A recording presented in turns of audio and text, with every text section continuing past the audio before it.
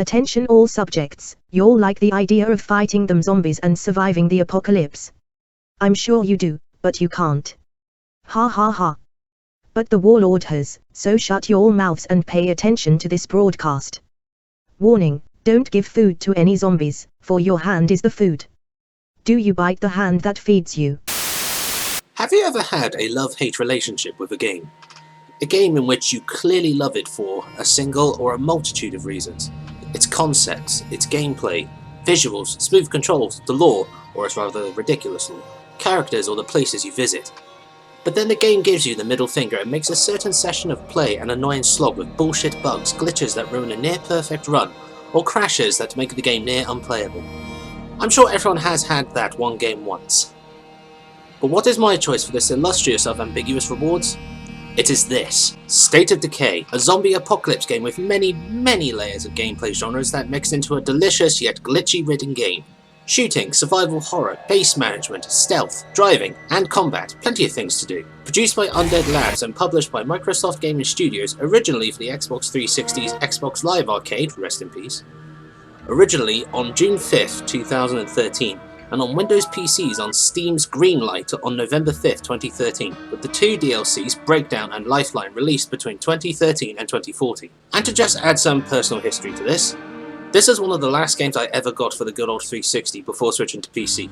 Literally appearing out of nowhere within the marketplace one day.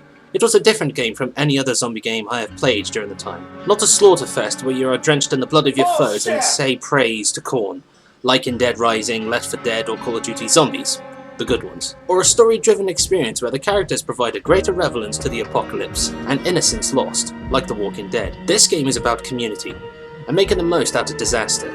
Forging a new society in the middle of the zombie apocalypse, and using some badass weapons to drive back the undead, driving cool cars before physics fucks them up, and you up, and witnessing a zombie apocalypse that seems to break the metaphysical and nano barriers of the world, affecting not just the zombies with their physics-breaking attacks, to even the survivors who seem to blend in and out of the landscape, and each other. But this game is nearly a decade old as of this review, and we have had a plethora of zombie games before and since State of Decay's debut that are clearly functionally better. But does it hold up to this day? Is it worth still playing to this day? And do other games have zombies that glitch and cheat at almost anything? Well, let's see, and gaze upon the wonder known as a zomsicle. See what zombies do when denied entrance into a building. And let us hear the enthusiasm of survivors as they survive another day in this metaphysical apocalypse. You're good. Not as good as me, but, you know, good.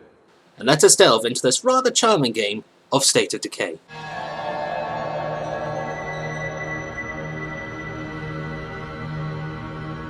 Now, normally at this point during my reviews, I would talk solely and specifically about just the visuals. But with the many anomalies present, I need to talk about the game's overall performance. Now, for a game that uses CryEngine 3, the engine has been pushed way beyond its limitations with not just the visuals it has to compute, but also the many events, characters, zombie spawns, and choices overall. And since I'm reviewing the YOSE version, or Year 1 Survivors Edition for you non-educated plebs out there, the visuals do leave something to be desired. At its best, it looks average, looking at best like a late PlayStation 2 game, but at its worst, it looks like a Sega Saturn. No disrespect, of course. The environmental models do look average. That is if you look really close at the textures, which of course may not happen during the gameplay as you are constantly running away or towards those fucking zombies. Some of them look very blurred and low res and very hard to read if text is there. Yet the most immediate of environmental visuals look great overall. You have some real nice shiny textures, blood effects during battle adds a nice visual vibe to combat, both mono a mono and mono a coche, and the characters look acceptable. Well, except for some atrocious hairlines. But sooner or later you will notice many of the non-hero characters have a very recycled feel, especially when selecting a hero to control. You can get to the sense that they just recycled everything from the faces and hairstyles to even their stats, voice lines and photographs at times. It is hard to not notice after so many hours of gameplay. Now, whilst the playable characters look monstrous at times, the zombies you will be hacking, slashing, shooting and kicking heads off from, they look fabulous, ironically. Well, until you realise they reused the same zombie models and skins way too many times. But regardless, they do look cool, with each zombie having a unique silhouette in the distance, different states of decay. From recently infected individuals to half-rotten stinkers that shouldn't be standing except they can because it's the zombie apocalypse. And when the freaks show up, you'll know which freak is what by just how they look, with some exceptional zombie design, which is just as good as the sound cues they produce. The screamers are heavily rotten bastards with no arms and no jaws, so it looks kind of harmless upon first inspection, but they are called screamers for a reason. Pharaohs look just as rotten. Lanky, no eyes, and quite decoloured into a greenish yellow hue. Yet these fuckers will be a bane of a survivor's existence, and have the speed of Sonic the Hedgehog. More on that later. Juggernauts are big, bulky, fat bastards that eat way too much ammo when in combat. And lastly, the bloaters, the poor useless bastards. Bare-bellied with slimy skin that is very greenish-grey in skin tone. His only purpose in his unlife is to explode himself as some sort of biological suicide bomber. There is no point in your existence! And yet, whilst the zombies look the part to make this zombie apocalypse game look and feel more apocalyptic, you'll need a map to stomp about and brawl over in to make the game more, well, you know. Luckily, the maps for State of Decay are well made and provide a nice number of diverse environments to traverse, find vast amounts of loot, and repaint the environment red. Traversing the 16 square kilometre Cascadian landscape of Trumbull Valley and the urban hellscape of Danforth City, there is plenty of obstacles to overcome, landscapes to admire, and scenes of once idealised Americana living now nothing more than a sad memory, marred by blood, guts and glitches. There is plenty of useful items to be found within the many buildings you can traverse in the landscape. Whether in the polluting industrial zones, the claustrophobic city streets, vast idealistic farms and countrysides, once tranquil forests, jagged mountains and family-friendly suburbs. Many of the locations feel as if these have been lived in. Emphasis on lived. And to make your visits into these locations worthwhile, there is plenty of potential loot to gain during your game to help you and your group survive for a bit longer. 100 different firearms, 30 different types of melee weapons, medicine, building materials, fuel and stacks of canned food. All the necessary things needed to survive and thrive in the apocalypse. And yet whilst these maps give a sense of being lived in, what the map design does very well is just a sense of how screwed everything is during the apocalypse. I mean, sure, you'll be admiring it for a wee while for its environmental storytelling when there is that slim moment of peace. But then you'll care less when you crash your car by bouncing off something and then rolling over nothing, getting out and then sprinting your balls off from another herd, and a bitch-ass Pharaoh you thought you could sneak by because it has no eyes, but no, it spots you anyway. You tried to fight the bastards, but your character's stats are weak, so you get torn apart like a loaf of bread in a pond full of ducks. So yeah, the environment is nice. In terms of showing how screwed everything is, there are scenes of desolation and sheer chaos all over the place, regardless of how far you are from human settlements. Crashed cars as well as usable abandoned ones, they litter the streets alongside the corpses of those unfortunate to become someone else's lunch. Bloody hell, they weren't even safe at home. Nor was Fido spared. Many buildings have been turned over or ransacked either by the undead clawing their way through and towards their next meal, or the erstwhile survivors hoping to stay alive even if by a few minutes. Many buildings burn alongside the various aircraft that are slammed into the earth. Places of hoped safety are overrun, burning while having an infested freak show, and the thousands of silhouettes across the landscape skulking in unison in search of prey, bringing a harsh new reality to those who struggle to survive. They are no longer the dominant species anymore. And despite the many they will kill, there are millions of them, and an ever-shrinking number of humans face more and more every day. Things couldn't be any bleaker. So now, let's talk about the true horror of this zombie apocalypse. No, it is not the zombified cannibalism. No, it's not the freaks that stalk amongst the ranks of the undead. And no, it is not the realization that you must survive the zombie apocalypse and things may never be the same again. No, it's the glitches. Yet, despite the griping I'm about to give this game for its non-stop glitches, the game's performance is fine, despite the obvious. And despite the number of things this game's engine is running and computing, it could have been a whole lot more unstable. During my 26 hours of recording, I have only encountered a few frame rate drops between the loading of cutscenes or with the conclusion of construction at your home base. And I have only had one hard restart, as a glitch rendered one of my squad members unmovable, thus making the mission unplayable. Remember at the beginning of the main game where Lily talks about what may have caused this zombie apocalypse to commence? Claiming maybe it was some sort of messed up super virus, maybe it's radiation from outer space, or black magic, or maybe the wrath of almighty freaking God. Yet she failed to bring up another possibility far more terrifying than that. Interdimensional zombies! Why do I suggest this? But there is plenty of reasons and the following evidence that support this horrifying theory. It seems that the metaphysical barrier of our world has collapsed and has created irregularities that would never fit within our dimension. Don't believe me? Solid materials now have no boundaries, and even people can clip in and out of objects like walls. Weapons lose their molecular structure and become something equivalent to invisible. Skin molecules seem to take more time to appear, resulting in an almost blurred, low-res-like skin condition. In rare cases, people and even zombies tend to appear in a static catatonic state. Zombies have a similar condition where they, on occasion, rise, then fall, then sometimes repeat the process over and over again. And on very rare occasions, they appear to stand and glide across the ground in what appears to have been reported by survivors as T-posing.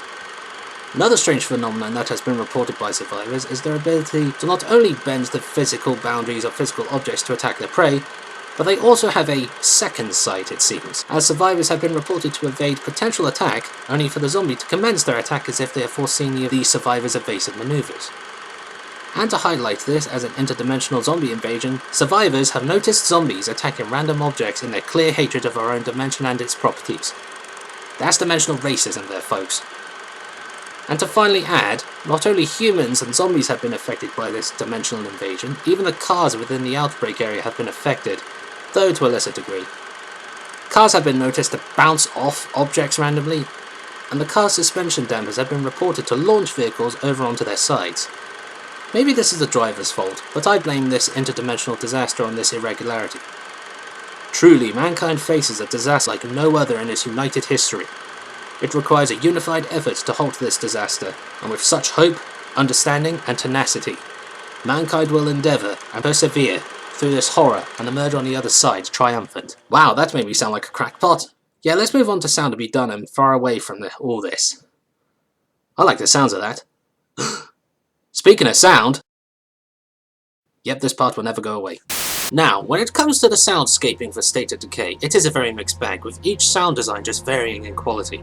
The voice acting varies in quality and atrocity, music is quite good, even if I barely paid any attention to it at all, and then the sound effects are the most outstanding part of State of Decay's soundscape. The sound effects used is exquisitely recorded and an extremely high quality. And when paired with the combat you will do a lot of, it gives a raw and guttural feel to either the shooting or the melee combat.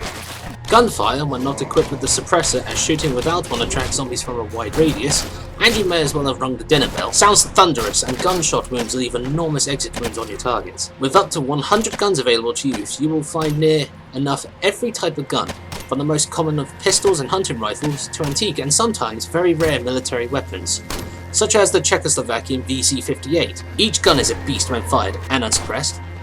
Yet for personal reasons, rifles I tend to gravitate towards as they have more accuracy, most can be silenced, and have more stopping power.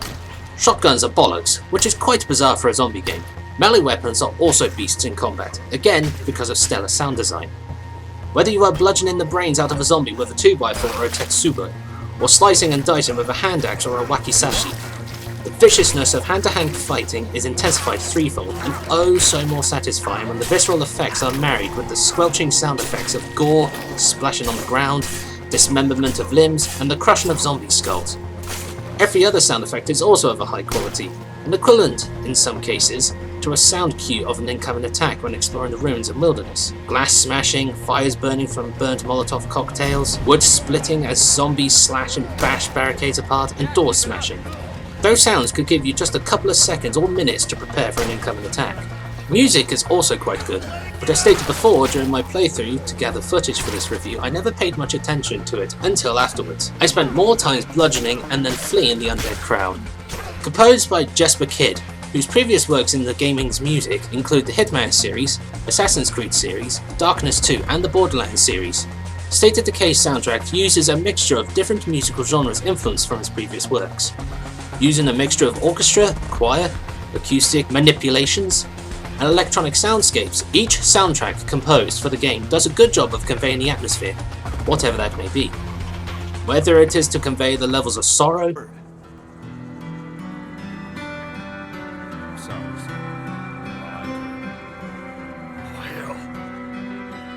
God damn it! How long have we got, Doc? Before he turns. Minutes, maybe. Maybe soon.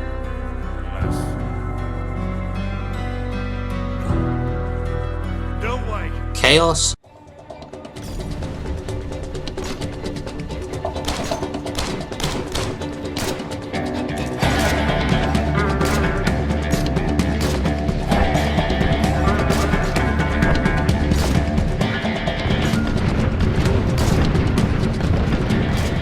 horror,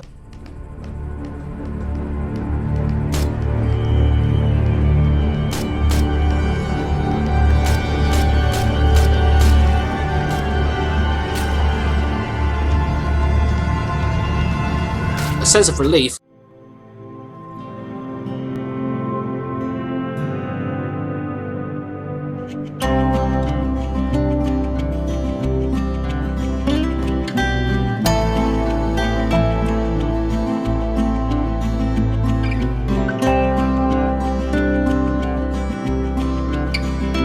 or a haven standing in defiance against the storm of the zombies that have taken over.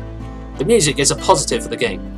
Good work, kid. Now, whilst the sound effects and music are top notch for the game, voice acting is something else, one of the worst parts of the sound design by far. Now, whilst some characters were well acted, those being the hero characters... Shit, are you okay? You mean aside from being lost in the woods, attacked by psychopaths, and watching two of my best friends die? Yeah, I'm peachy. Sergeant Tan, Come on, you limp dick sons of hippies! Open the goddamn gate! Everything okay? Bastards aren't opening the gates. Meanwhile, my boys are sitting out here like a goddamn mobile brain buffet, so no, everything's pretty much not okay. You don't look so good. I'm Lily Ritter, and most of the characters from Lifeline. How you doing, Kilo? I didn't join the army to shoot Americans, man. Americans? I think we canceled their passports when they joined the living dead. It's not like they were recruited, Vince. They fucking died. So keep that trash-talking bullshit up your ass where it belongs. Somebody's got something up his ass. Even they have a few moments where you realise they dropped the ball. And this quality drop continues between the other playable characters. At best, they sound average, ranging differently in line delivery and audio quality. And at its worst, the recording sounds crackled and the volume is barely audible. On top of this, you will hear that up to 4 or 5 actors act a huge number of randomly generated playable characters, thus leading them to not only look recycled, but now even their own audio sounds recycled. Mostly because it is. And to add to the cherry on top of this voice acting cake, many lines will be repeated. Repeatedly. All, of course, with the different voice actors. Of course, this never gets annoying after doing a successful supply run and returning to base. Found this while I was out. What you got? Oh, you know, stuff. Found this while I was out. What you got? Oh, you know, stuff. Found this while I was out. What you got? Oh, you know, some stuff. There you go. Don't say I never gave you anything. What you got? Oh, So, what more else can I say about the sound? A real mixture of great sound effects, a very good soundtrack made by an experienced and well-liked composer, and in the middle of the road quality of voice acting. But is the gameplay for this game worth writing more than 10 paragraphs about? Well, there's only one way to find out, right? And what do I have to say about the gameplay of this game? Well, it is a mixture of several gameplay elements that are mixed into a very enjoyable yet glitch-ridden experience. Maybe as close to living out the zombie apocalypse as one could get without playing Project Zomboid. Whereas one wants you to scream at the screen, the other makes you want to drink bleach. Each element of the game just mixes well together and each is just as important as the other. And without it, it would probably make the game lesser. The best example for this would be the Stalker games. With its mixture of light role-playing, first-person shooting and survival horror, each element within the game mixes into what makes Stalker what it is and adored to this day. Excluding Bandit Radio. This is the same with State of Decay. You have your light role-playing with improvable stats and skills for each character you play, base management in which you manage your base and its occupants, obviously, your open world exploration and scavenging alongside with some driving, and finally, light survival horror with inventory management and combat on the side, whilst also managing your health, stamina, weapon conditions and ammo in the middle of battle. So in this segment of the review, I will split the gameplay segments into parts, for there is quite a bit to discuss in detail. Those being exploration, base management, and overall gameplay, which talks about everything else.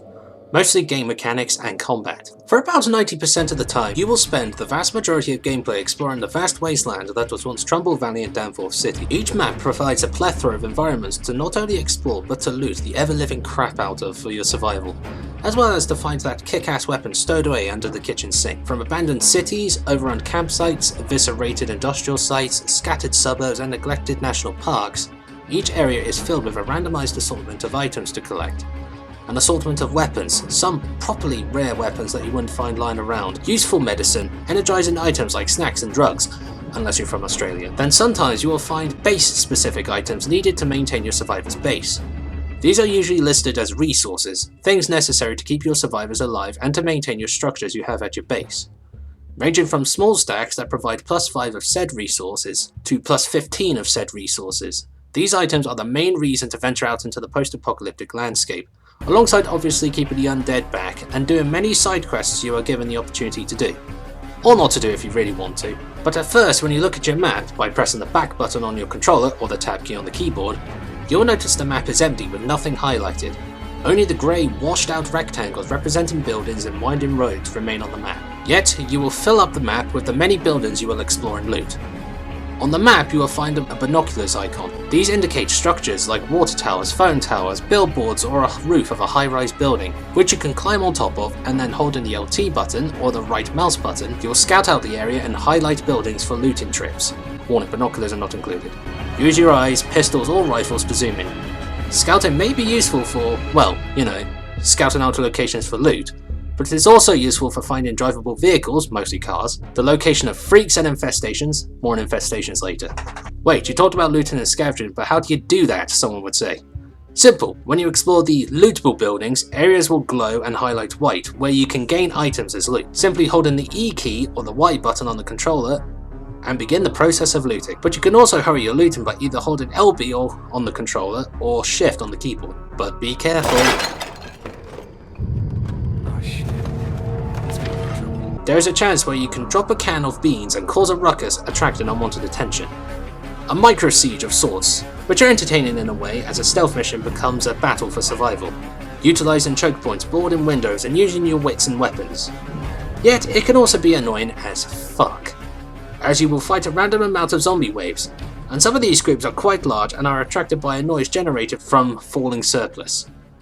Yeah, this can get infuriating as hell. Yet, for a very little 5% of your gameplay time, when you're not either hunting for supplies or hunting Zeds, you'll be managing your home, that being making sure your morale doesn't decline to breaking point and keeping your stash of supplies high. But where can you set your home for the apocalypse? Between the main game and the 2 DLCs that are bundled together, there are up to 10 places across Trumbull and Danforth that you can call your own. Whether a repurposed church in the hills, a truck stop, a hidden fairground or a strip mall converted into a forward operation base, each base is not only visually distinct and fulfills a fantasy of creating a fort for the zombie apocalypse, but each chosen base You can only have one. have their own traits and advantages and disadvantages. Like what? Someone may ask. This ranges from an on-site structure that provides food, storage or a convertible watchtower, and then several plots of land that can be used for constructing structures. But again, depending on where the base has been chosen, there are certain numbers of plots available to build your structures, but each area also has their disadvantages. Lack of building plots, open to attack, far away from scavenging opportunities, or lack of surroundings to use as outposts, more on that later. It is all down to the player, but some places are more worthwhile as bases than others. Within your home, depending on what place that is, you'll have several building slots to construct several facilities that can help you in a myriad of ways, and all of which are upgradable to provide more bang for your buck. Of course, some structures will always be available regardless of wherever you locate your home. A watchtower, and more importantly, a radio. Your lifeline, linking you and your home, but it can also open options to find supplies or more survivors, after paying an influence fee of course. These structures improve both your base, your character's stats, and keeping things fresh and healthy. But over time, and with the necessary number of materials needed to build, each structure can be upgraded along 2 certain paths, but only for a few select buildings. For example, the basic workshop is a structure that keeps your weapons and gear working and maintained. This can be upgraded later into either a machine shop or a munitions shop. One focuses on car repairs, as well as maintaining weapons, whilst the other tends more towards creating improvised gear like suppressors, Molotov cocktails and mines. Once completed, it also decreases construction time for other projects. And we're done. done building. You coming home for the ribbon cutting? However, sometimes with developing a new building, construction would be halted as an item is needed to complete the building. We've run into a bit of a snag. I know we wanted to make some improvements, but we're missing a few things. We can track it down, or find another way. But it'd be faster if you did a little scavenger hunt. You'll be given the location where to find the item and delve into the world to obtain it. Once retrieved, construction will continue until completion. Bingo.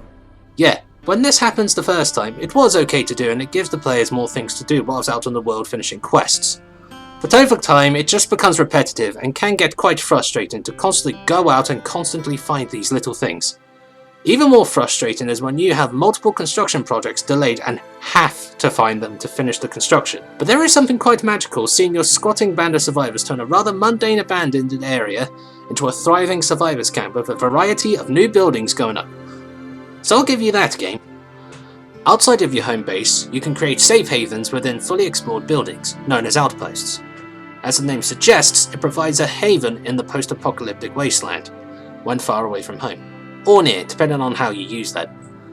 In these buildings you can restock supplies, change weapons, and it is highlighted on your map as a green logo with a circle around it, which provides a safety net mostly free from the undead. If any enter the building designated as an outpost, they are killed by booby traps. Not only are they useful for thinning out the herds that will emerge later on in the game, but can provide a safety net between you and your home base.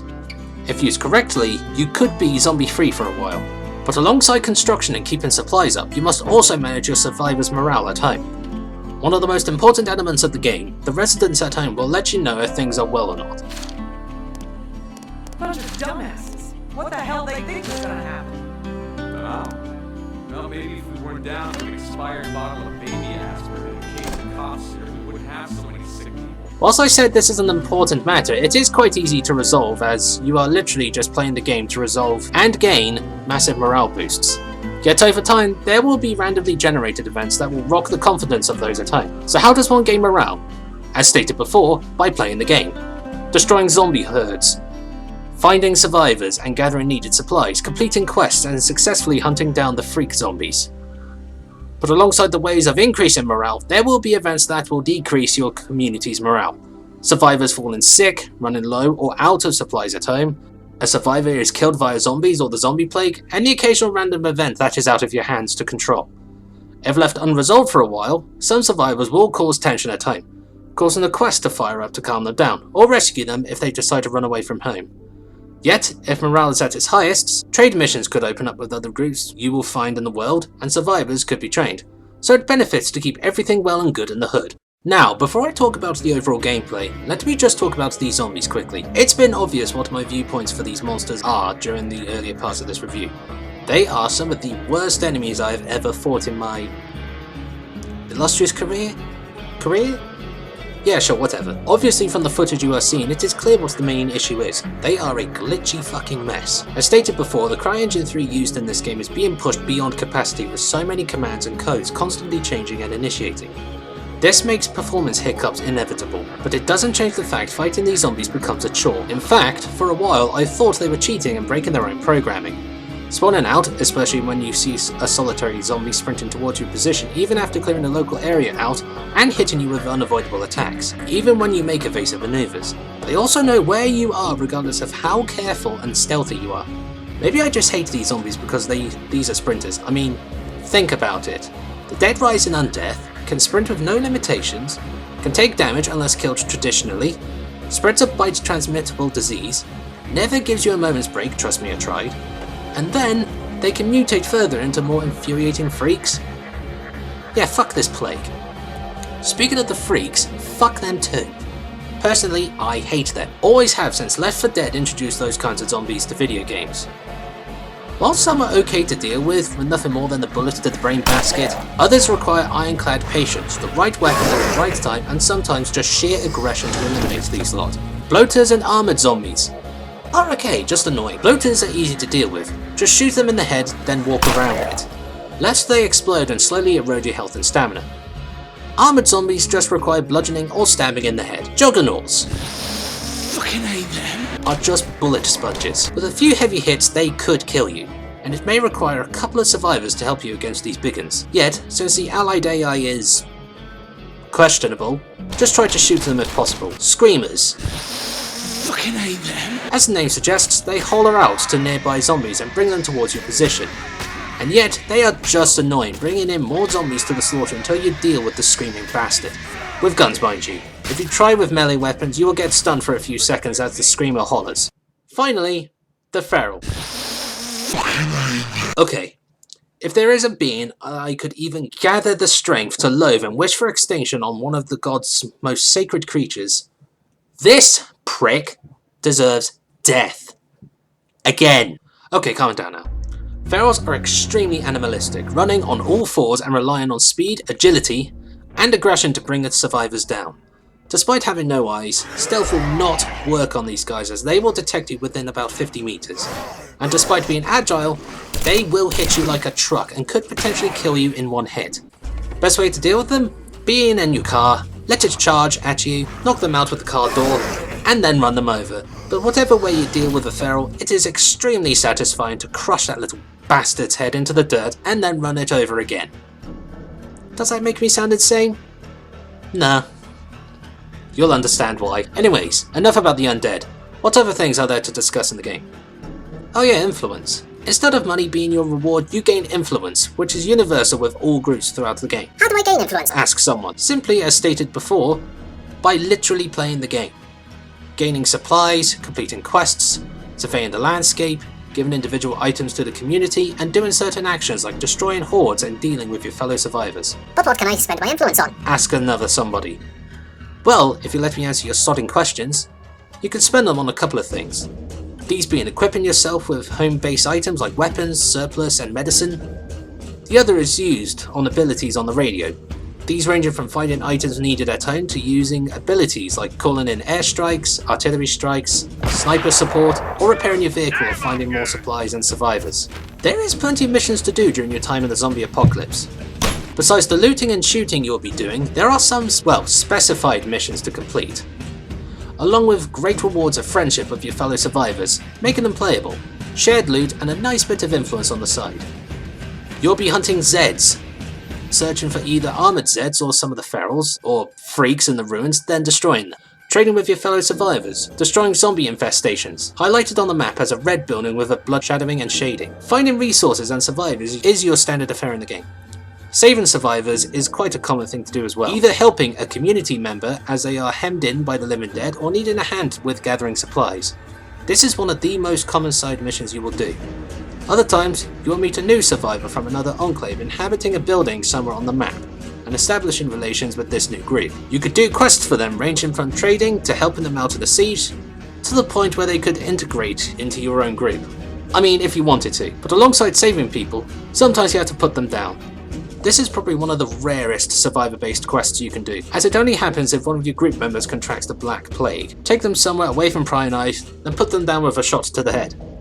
Or in one case for me, kick their heads off. And finally, why should you walk everywhere in the apocalypse when you can drive around in style? There are quite a few reasons, but that is not important right now. Yeah, you can drive cars in this. They are not just there for some exploding props or pixelated scenery, as in the real world there are different cars ranging from junky hatchbacks and pristine sedans to heavy-duty trucks and gravelly muscle cars and a couple of others. Each car type has different handling and visual characteristics. Some handle with precision, others are just fast, whilst others are either stronger or just plain and simply loud and proud of it. Even car trunk room is different between the different cars, with trucks having more room to carry more things, making them extremely valuable during scavenging runs. These vehicles will be your workhorses during the apocalypse. Yet, despite the greater good these invaluable iron steeds will provide, they do have their issues, besides crashing into the something and then rolling over the nothing. They are loud, arousing an entire town centre of undead with a single rev of your car's engine. Though this can be used as a tactic to draw the undead to you, certain cars like muscle cars are literally driving zombie magnets. And they are maintained by the group's fuel supply, so the more cars you have, the more fuel it takes from your home base. Of course, if damaged beyond repair, they will explode and generate a crap ton of noise. Worst case scenario, if you wreck in the middle of a hotspot, get ready to run. Or fight, depending on how ballsy you are. And yet, whilst you should take care of these cars, they are your armoured cavalry, useful as weapons as well as pack mules, either using the whole car to charge down those undead bastards, or simply the car door, you can relive that moment from that shitty Resident Evil movie. GTA It's story time, it's story time, it's story time. Now let's finally talk about the plots to the main game, my fellow subjects. And if you don't want the story to be spoiled, go to here. They're gone now? Can I get on with this? Cool! Now, for a game, if you do try to blaze through it without doing anything else, which is not possible, so no speedrunning shit, it would take about 4 hours to do so. But with doing the story, then doing other activities on the side, it took me 10 hours to complete, so you will be kept busy throughout the entire game. But the story is given to you in small amounts, and for a while, you really have no other part in it. Almost as if your main overall goal is just to survive the apocalypse. But as the end gets closer, your group ends up playing a slightly larger role in post-apocalyptic survivor affairs. Take a place in the Cascadian paradise of Trumbull Valley, possibly Washington State. You take control of your first 2 survivors, Marcus and Ed, your main characters to begin with. Pleased to meet you. After spending a week out in the wilderness doing goodness knows what, they are suddenly set upon by the ravenous undead and notice the carnage surrounding them and snapping them into their new situation. Shit, these guys look messed up too. Sneaking their way past the rampaging horde and reaching the ranger station, which is in the process of being converted into a triage, an elderly gentleman who seems to be the leader asks the 2 heroes to search for any more survivors around the campgrounds. Whilst Marcus is more than happy to help his fellow man, Ed is not so enthusiastic. I think that's about all there is to find here. So what now? Head back to the station or go check the lake cabins? Or we go check out those gunshots we heard. Alright. Kinda hoping you got it. But when all hope for new survivors seems lost, gunfire rings out and leads Ed and Marcus to another survivor in the middle of a life or death battle. They save Maya Torres, a former soldier, deer hunting with her unit, only for her group to be mauled, leaving her the sole survivor. Hence her bitterness. You mean aside from being lost in the woods, attacked by psychopaths, and watching 2 of my best friends die? Yeah, I'm peachy. Returned to the ranger station, they find it a bloody mess with gore all over the place. As Ed checks the pulse on the leader and his wallet content, Check his ID for Christ's sake. he gets mauled by the clearly dead guy, whilst his friends look on for a few seconds. After smashing its head in, the 3 decide to head into town to seek help, but Ed, being a sneaky devil he is, managed to get hold of a walkie-talkie, much to Marcus's disappointment. Jesus, Ed, why did you do that? Only for them to encounter Lily Ritz's group via the radio. Requests our hardy band of heroes to get to the Church of Ascension in Spencer's Mill, your first of probably many homes in the game. But seeing that Ed looks a little dicey, Alan, the camp's asshole, curses Lily's invitation to our group. God damn it! We got enough trouble without bringing in another freeloader to use up all our medicine. But as an exchange for allowing the group to stay, Lily requests Marcus to find medicine for Ed, which they find at an abandoned veterinarian alongside asshole Alan and Sam, who likes to say fuck a lot. But alongside the medicine for Ed, the group was used to gain medicine for Lily since she suffers from lupus, but Marcus thinks that's no good. So, you used me. I didn't. Just let me know when you find the doc. But after that intro mission, which takes about an hour to finish, the story takes a backseat for a while. While your main priority is to keep your survivor group alive and happy, you'll be spoon-fed story segments occasionally. For the most part, the main story consists of interacting with enclaves and 3 major survivor powers, but also figuring out this new plague, but also what caused it, as well as delving into your group's private lives. These 3 groups consist of a detachment of the US Army, commanded by Captain Montresor, and led in the field by the gung-ho and snarky Sergeant Eric Tan. Their main job is not to save people, but to contain, observe, and then discover a cure to this Black Plague. In downtown Trumbull, the courthouse, led by Judge Lawton, seeking refuge within the courthouse and working with the police, house survivors under martial law and hopes to run this outpost under the rule of law and hopes to rebuild after the incursion of zombies is dealt with, as if it is a short-term problem or something. And finally, the Hillbilly Wilkinson's family, a bunch of gun-toting criminal pricks who see this outbreak as an opportunity to make a profit, as well as being genuine assholes as they intimidate other survivors and groups. Fine, you hold her hand. I'm gonna go check on Eli. That's your call whether you want to help or be a pain in my ass. 'Cause I'd be more than happy to nail you to a tree and use you as bait. But gradually, over time, things get worse, not only due to the fact that the presence of the zombies grow more obvious compared to the start of the game and more freaks show up, but many of the major groups begin to collapse. The US Army leaves the area and leaves Sergeant Tan and his group behind. On top of that, the courthouse is soon overrun and collapses. although only the judge dies and the rest just mill around for a bit. Then to make things worse, the cause of the plague is discovered. Numerous bodies were dumped into Trumbull's water supply, leading to the outbreak and making long-term survival impossible. Why did they do that? This forces the survivor groups to prepare to leave Trumbull Valley. So in collusion with Sergeant Tan's group, the two groups raid an overrun former refugee camp and acquire a bomb within a freak overrun armory. And with the bomb at hand, the bomb is planted near a large concrete wall that isolates the disaster-stricken area. Whilst Eric Tan prepares the explosives, the main heroes, depending on how often you die, defends against several waves of zombies that seem to know how important this event is. Yet, despite all the hype and explosions and battle, the detonator malfunctions. Well, shit. What happened? Sorry. Yet, when all hope is lost, Tan sacrifices himself to detonate the bomb, since he clearly hinted he was infected with the disease.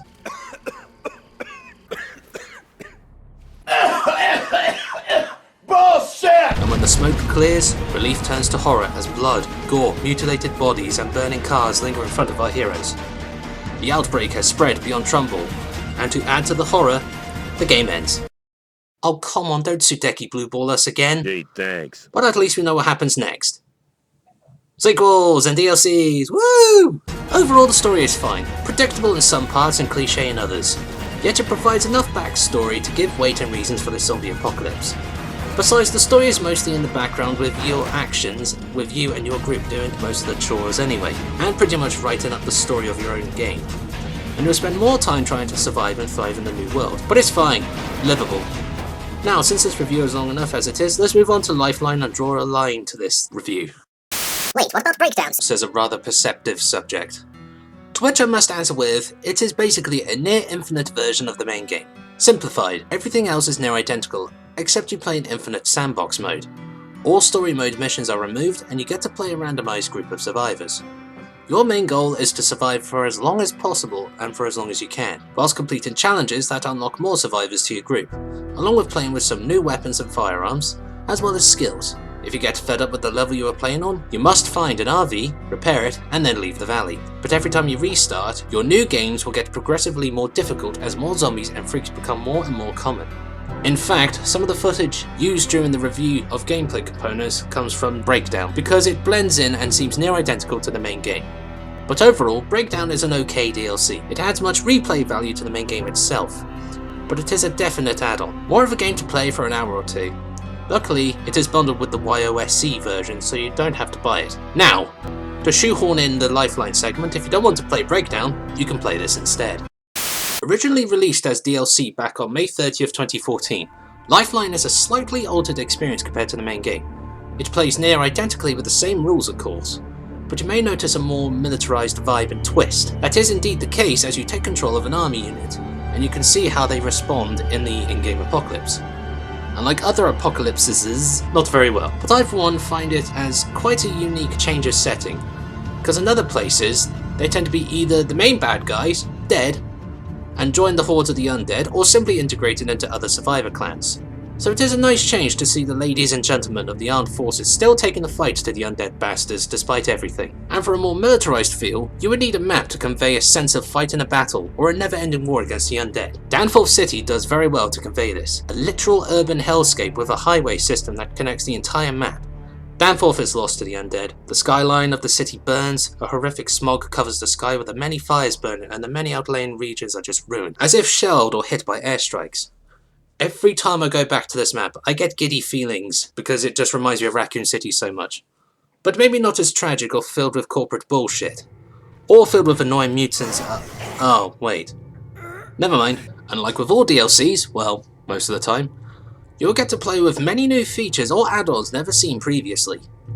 Alongside the new story and more action-oriented gameplay, which I will discuss in a second, you will get to play with 40 new weapons, new character traits, 2 new buildings for your base including a generator which can be converted into a solar panel, during the smog somehow, and a latrine.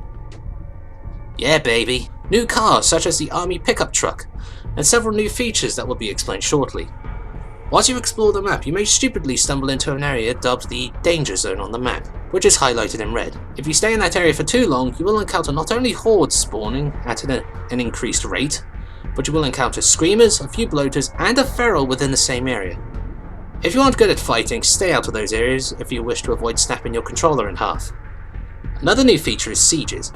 Occasionally, on the upper left-hand corner of the screen, you will see the threat level increase from 1 to 3. 1 being minimal, whilst 3 meaning a siege is imminent. Once it starts, it is best advised that you return to your base and prepare for the attack, as your teammates have the tendency of doing fuck all until the cold hands of the undead are a hair's width away from them. Once it all starts, you will hold out against 2 waves of zombies, with an increased ferocity and a couple of freaks mixed in, which tend to attack from the same direction. And in the brief peace between the sieges, you can deploy traps and mines to make sieges more manageable via your base's interaction menu. Yet, despite the clear threat the game gives to these sieges, they are generally quite easy to deal with if you know how to take advantage of the siege mechanics. Outposts play a large role in this segment of the game, not only for the securing of safety zones and its defensive benefits, but now you can use them to lay claim to military assets like drone recon, artillery strikes and PMC sniper support. Yeah, I know you can get those in the main game, but it's still cool to use and adds a nice Warzone vibe to an already war-torn landscape. As you may have noticed from the footage on screen, this game is more action heavy compared to the main game. I mean, even in the main game I barely use stealth, only on occasions if hordes are nearby or if I could be bothered with fighting. But in Lifeline, stealth is not necessary except on occasions, as there are far more zombies present and are in pretty much every building. But I would still highly recommend using silencers on your weapons as you explore for more supplies, soldiers to fill up your ranks with, people to rescue and new gear to find. Generally, this is a more refined and polished gameplay experience. To a degree, voice acting has improved with better line delivery at times. The gameplay is more action-packed and explosive, and I find this add-on more enjoyable than the main game itself. But let's be honest, it's still buggy as fuck. And like the former DLC, the story is short and concise. A good 6 hours long to complete. Taking control of a US Army ground team callsign Greyhound 1, your main objective is to rescue essential personnel in hopes of finding a cure to this zombie virus, whilst keeping your forward operation base callsign Black Friday from being overrun. But of course, over the story, things begin to change. With Dr. Horn, your first extraction, shooting himself, you begin the search and extraction of people and resources linked to Horn's research. But during your mission, civilians can be rescued as another voice on the radio, Vienna Chow, berates the army for abandoning the people to the zombies. But if you do all of them, her viewpoint begins to change. Then another twist, as another soldier from Special Activities Division requests aid in his research in studying the freaks in the field.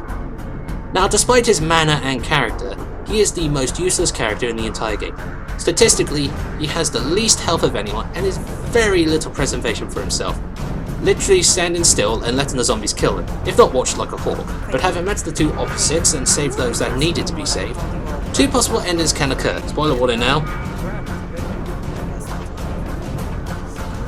You can either nuke the city, Resident Evil 3 Nemesis style, or you don't. And apparently, nuking the city is the bad ending. Somehow, yet, I got the good ending as Sasquatch died, the useless twat. So yeah, the good ending was accidental. Overall, a very enjoyable side story to the main game. A definite recommend. Wow, this review has gone on long enough. Let's conclude this damn thing. And what can I say? I've had fun recording and gathering notes for this, despite the many glitches and performance anomalies. How you could say it adds a fun factor to the game, and it wouldn't be the same without them. Overall, this game is a definite recommend. The gameplay is fast-paced, the zombie combat is brutal and oh so satisfying with the gore and sound effects married together. Yeah, they dropped the ball with voice acting in parts, and the glitches can make some gameplay segments just infuriating to try and slog through. But overall, yeah, give it a try. But I would recommend getting it on a sale though. But don't take my word for it. The game did well enough to garner 2 sequels. The second game, released on May 22nd, 2018, received a resounding meh. And a third game has been announced, and it also features screaming deers. We'll see how well that does. So yeah, that is the State of Decay review, conquered and done. I hope all of you patient subjects have enjoyed it, and stay tuned for more segments of the Warlord's realm. I think the next game I shall review will be another zombie game. A non-Capcom game that is more closely linked than you might think to its crowned zombie shoot-'em-up. I shall leave it there and let you ponder which one it is. Until next time, stay safe and have a good one. Warlord, signing out.